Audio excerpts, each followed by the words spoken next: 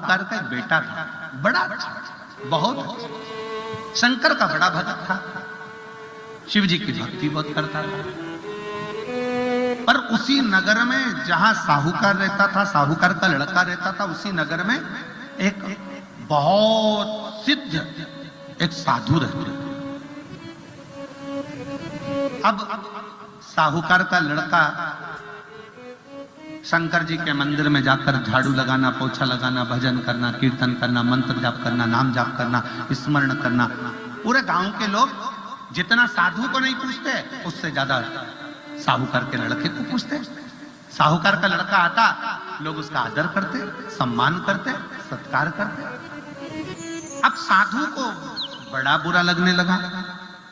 साधु के मन में बड़ा भाव आने लगा कि बताओ, हमारा तो सम्मान, हमारा सत्कार, हमारा आदर सब खत्म हो गया, यहां तो ये साहूकार के लड़के को लोग पूछने लगे।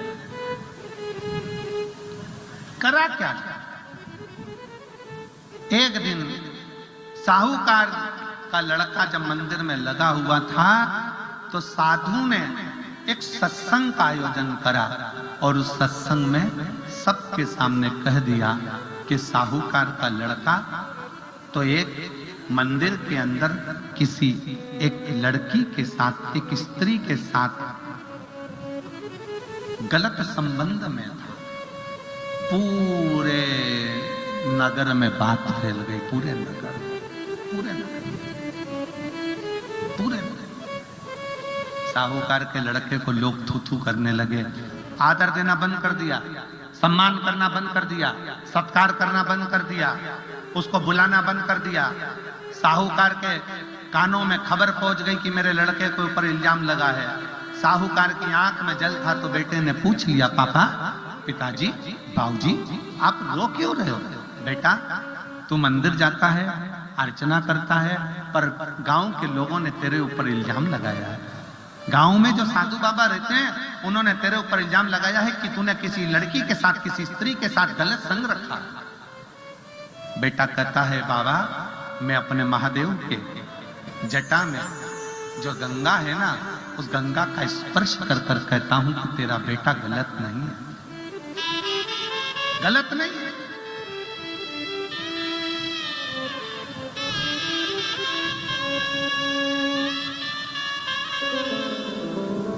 सूचना गई,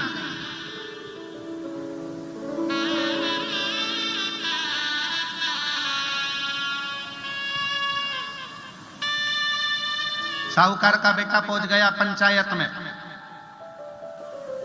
सरपंच के पास सूचना करी कि मैं गलत नहीं हूं, साधु ने मेरे ऊपर इल्जाम लगाया, सिद्ध करे साधु। सरपंच साधु को बोला, साधु, है साधु?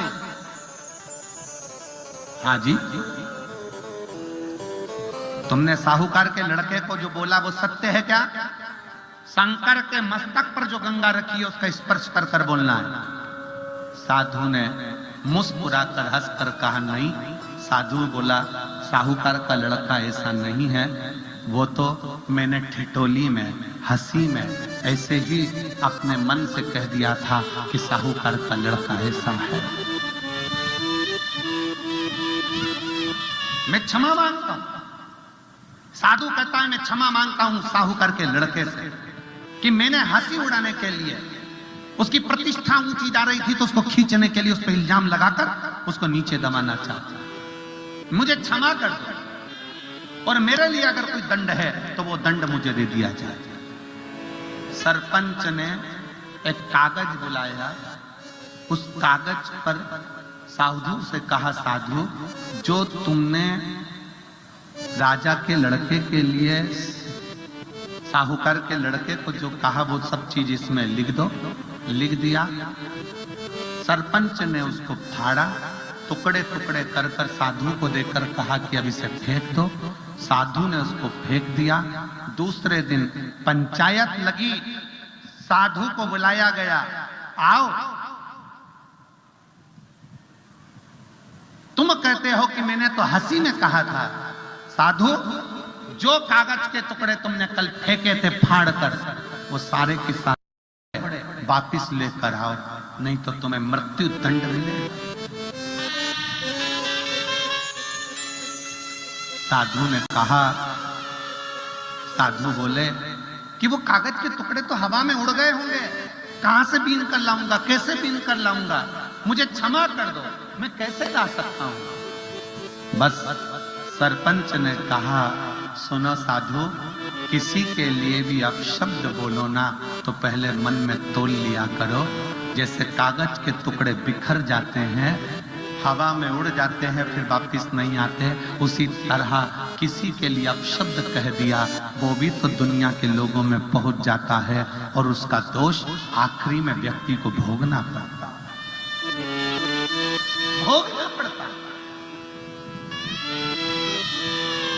अपनी जिह्वा से किसी को बदनाम करने से पहले, अपनी जिह्वा से किसी के लिए अपशब्द कहने से पहले, अपनी जिह्वा से किसी को आड़ा टेढ़ा कहने से पहले विचार करना कि मैं किसी के जीवन के साथ खिलवाड़ तो नहीं कर रहा।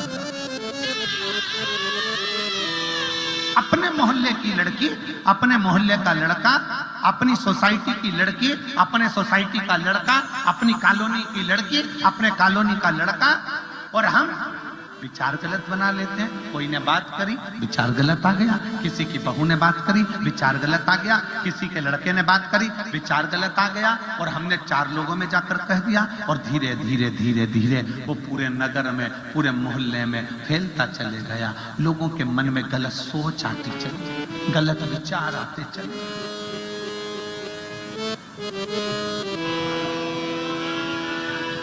गलत सोच, गलत विचार।